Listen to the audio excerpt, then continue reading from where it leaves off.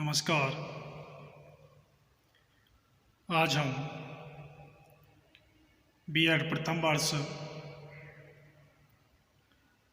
Third paper learning and teaching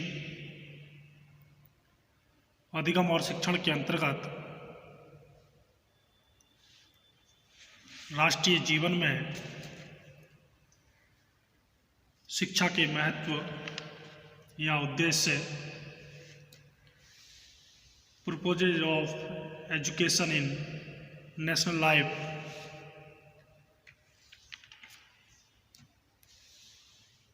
कल के व्याख्यान के अंतर्गत हमने कुछ उद्देश्यों का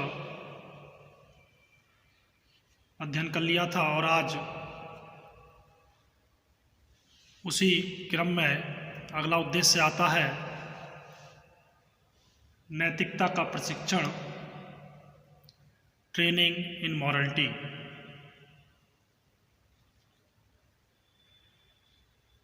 चार्ल्स ब्रूक्स ने माना कि नैतिकता में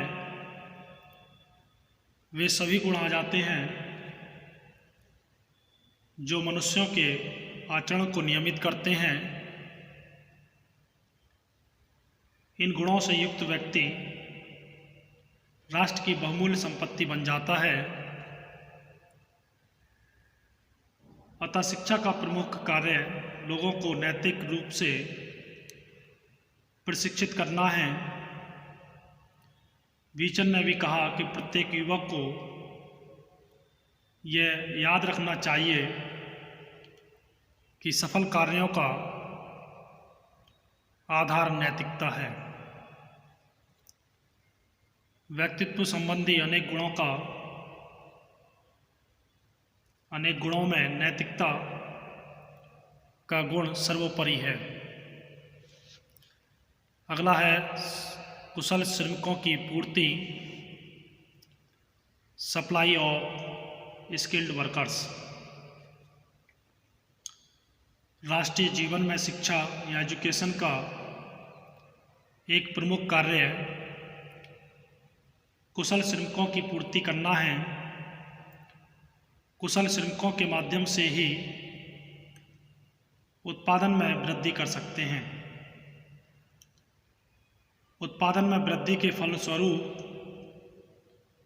राष्ट्रीय संपत्ति में भी बढ़ोतरी होगी।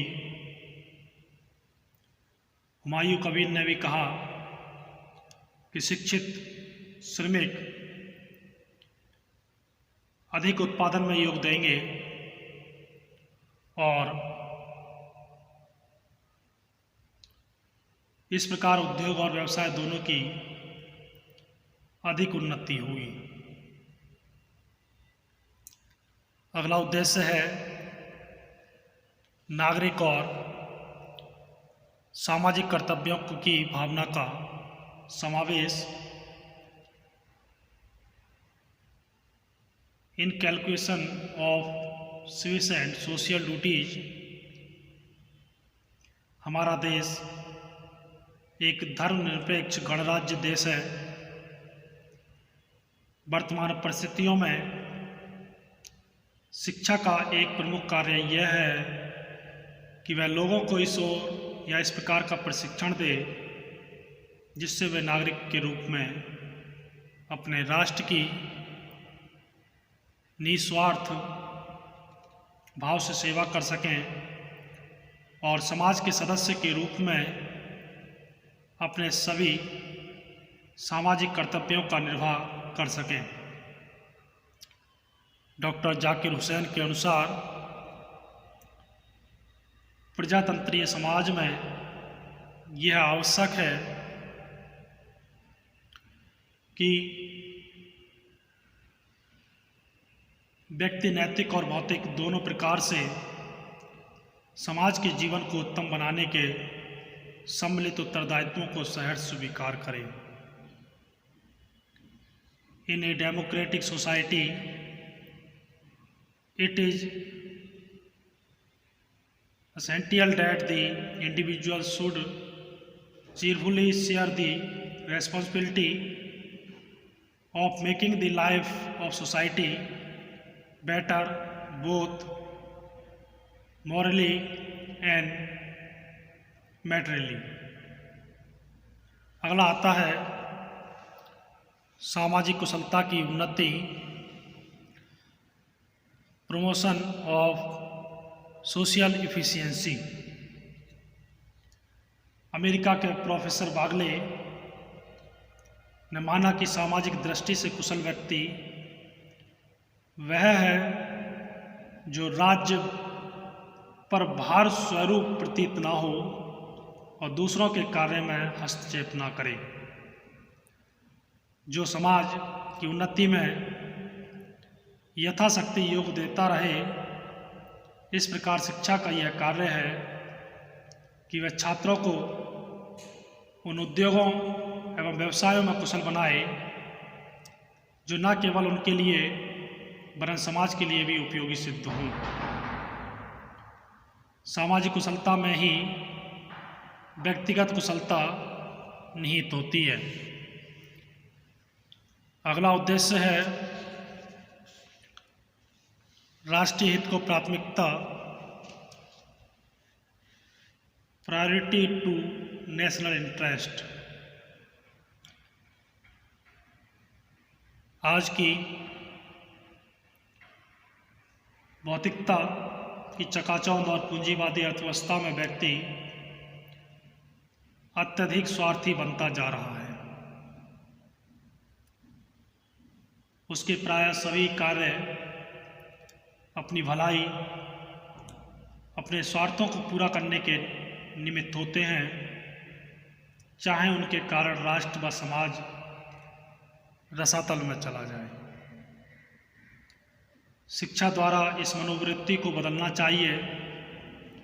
शिक्षा का एक प्रमुख कार्य लोगों को ऐसी प्रेरणा देना है जिससे वे राष्ट्रीय जीवन में राष्ट्रीय हितों को प्रमुखता दें। अब बात करते हैं शिक्षा के उद्देश्यों को निर्धारित करने की आवश्यकता या need for formulating AIIMS of education.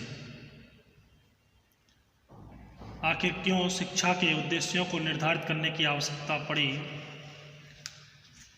किसी विद्वान ने ठीक ही कहा है कि उद्देश्यों के ज्ञान के बिना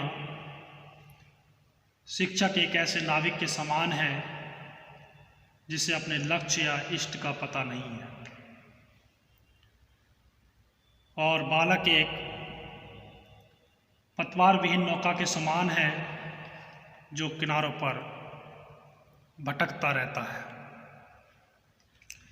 without the knowledge of AIIMS the educator is like a seller who does not know his goal or his destination, and the child is like a rudderless vessel which will be drifted along somewhere ashore। इसका अभिप्राय यह है कि शिक्षा प्रणाली जिसे अपने उद्देश्यों का उचित ज्ञान नहीं, वह अवश्य ही असफल होगी। हमारी सभी शिक्षण विधियां, पाठ्यक्रम, मूल्यांकन प्रणाली को शिक्षा के उद्देश्यों के अनुसार ही आकार दिया जाता है। इसलिए शिक्षा के उद्देश्यों को निर्धारित करने की अत्यधिक आवश्यकता है। इसके बिना कोई भी शिक्षा प्रणाली ठीक प्रकार से कार्य नहीं कर सकती। उद्देश्य शिक्षा प्रणाली को सही स्वरूप प्रदान करने में सहायता करते हैं। सबसे पहले आता है उद्देश्य शिक्षा को दिशा प्रदान करते हैं। Aims provide direction to education. उद्देश्य विद्यार्थियों और अध्यापकों को दिशा प्रदान करते हैं। उद्देश्यों के बिना शिक्षा पतवार विहीन नौका के समान है। यह केवल पतवार ही है जो नाविक को अपनी नाव को उचित दिशा में ले जाने में सहायता करती है।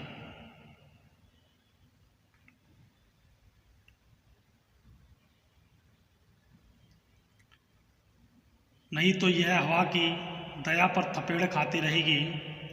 इसी प्रकार उद्देश्य अध्यापक को उस कार्य संचालन हेतु मार्गदर्शन की दिशा प्रदान करते हैं। साथ ही ये शैक्षिक प्रक्रिया को अस्पष्ट और अव्यवस्थित होने से बचाते हैं। अगला उद्देश्य या अगली आवश्यकता पड़ती है शैक्षिक प्रक्रिया को मूल्यांकन करने में। टू इवेल्युएट एजुकेशनल प्रोसेस, उद्देश्यों की सहायता से जो हमने ऐच्छिक लक्ष्यों की प्राप्ति तक पहुंचने के लिए साधन बनाए हैं उनका उचित मूल्यांकन किया जा सकता है। इसकी सहायता से हम इसके सुधार के बारे में सोच सकते हैं। मूल्यांकन के क्षेत्र में उद्देश्य बैरोमीटर का काम करते हैं। वास्तव में उद्देश्य एक ऐसा साधन है जिसके आधार पर शैक्षिक प्रक्रिया एजुकेशनल प्रोसेस की सफलता या असफलता का मापन किया जा सकता है। तो ये था शिक्षा के उद्देश्यों को निर्धारित करने की आवश्यकता, जिसके अंतर्गत और अन्य आवश्यकताओं को हम कल के व्याख्यान के अंतर्गत अध्ययन करेंगे। धन्यवाद।